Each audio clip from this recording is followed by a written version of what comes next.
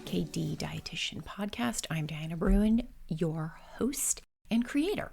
And if you've been listening to the podcast for a while, you know my goal is to bring you clear, practical, evidence-based nutrition guidance for PKD without the overwhelm and without the BS recommendations online and blasted all over social media. And if this podcast has helped you feel clearer, more confident, or more in control of your nutrition for PKD, there is a meaningful way for you to support the work. The PKD Dietitian Podcast is now on Patreon, and I've added a few different support tier options for you. In the future, I'll be sharing bonus episodes, extra content, and deeper PKD nutrition insights there as well. If you want to support the show, go ahead and check us out at patreon.com/PKD Dietitian, or just head to the show notes. I've linked it out. All right, let's get into today's episode. We know a lot more about PKD than we did 10, even 15 years ago. We know more about the genes, the pathways, and the drivers of kidney growth, and all things related to PKD. One of the areas of research where there has been a lot of interest is looking at how weight loss potentially impacts polycystic kidneys and PKD progression, plus the overall health of someone who has PKD. I get a fair amount of questions from clients and via social media about my thoughts on whether someone would benefit from losing weight, if it would quote unquote help their PKD. My answer is, and if you're a long-term podcast listener, you can probably guess by now, it depends. Today on the PKD Dietitian Podcast, we're going to unpack weight loss and PKD a bit more and get into what the research shows or doesn't, and how to identify if intentional weight loss is an opportunity that you have to improve your PKD health path. Is there a connection between your weight and PKD kidney health? That's the big question here. PKD progression is complicated. You can say that twice and mean it. And it isn't driven by one single thing. There are a multitude of factors involved.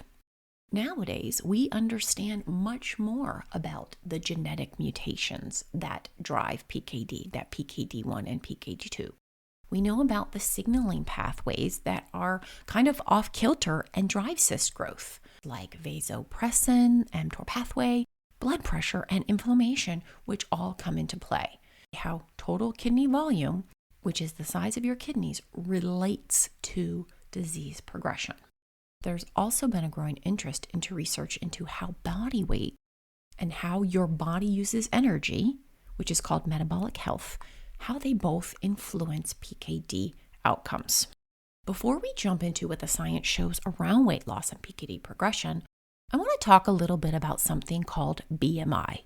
BMI is the most common tool used for classifying weight status. BMI stands for Body Mass Index, and it's essentially a calculation with categories used to classify us as under, over, or at a healthy weight. To calculate BMI, we use essentially only two things: height and weight. BMI doesn't differentiate between if that weight is from muscle or from fat, nor does it take into account how that body weight or any excess fat is distributed. We know if excess weight is distributed in the middle, that is the least favorable. You will often hear this kind of weight pattern referred to as visceral fat. With PKD specifically, the weight of your kidneys isn't factored in. It isn't subtracted out. For you folks out there that are working to become active on a transplant list, by the way, your kidney volume and weight is frequently subtracted from your BMI calculations. In big studies like the HALT and TEMPO studies, they controlled for this by subtracting kidney weight from someone's BMI. So you can see It does factor in, but isn't always subtracted when it comes to PKD and BMI. The general categories for BMI are as such. If your BMI is less than 18.5, it's considered underweight. If it's greater than or equal to 25, it is considered overweight. A BMI that is greater or equal to 30 is obese. And a BMI that is greater than equal to 40 is considered severe obesity, which used to be called morbid obesity. Now, if you're curious about what your BMI is, you can Google BMI calculator and a bunch of options will come up asking for your height, weight. I linked one out in the notes for you. If you follow PKD research, you've probably seen publications, some coming out of the PKD Center in Colorado, and larger studies like HALT PKD and CRISP that looked at someone's BMI, their total kidney volume, so their kidney size, and how fast their PKD progressed.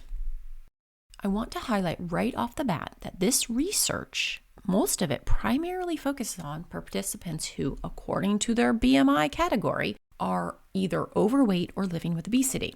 More often than not, folks within that quote-unquote healthy BMI are not included. This matters when we interpret the results. Looking at these studies, both the small human studies and the larger observational studies, the evidence suggests that a higher BMI, one that categorizes someone as overweight or obese, is associated with larger kidney size, faster progression of kidney failure, so that GFR goes down faster. Analysis of both of those larger studies, the HALT, PKD, and CRISP, highlighted association, a clear one, showing that higher BMI was associated with hypertension, that high blood pressure, and faster progression, so larger kidneys and lower GFR. But know this, guys, association does not equal causation. This is not proof of a cause and effect because it was only observational. However, don't dismiss these results as not relevant. The results specific to weight measured by BMI and kidney size showed that overweight individuals, so those with BMI 25 or greater, had a 30% faster kidney growth when compared to folks who were in that healthy weight category. Additionally, folks living with obesity, so with a BMI of 30 plus, had 50% faster kidney growth. And from there, the association that was concluded was that a higher BMI, one that's over 25, was associated with larger kidneys. The conclusion made was that a higher BMI, one that's over 25, was associated with larger kidneys and lower function. Maybe these numbers jump out to you as much as they did to me.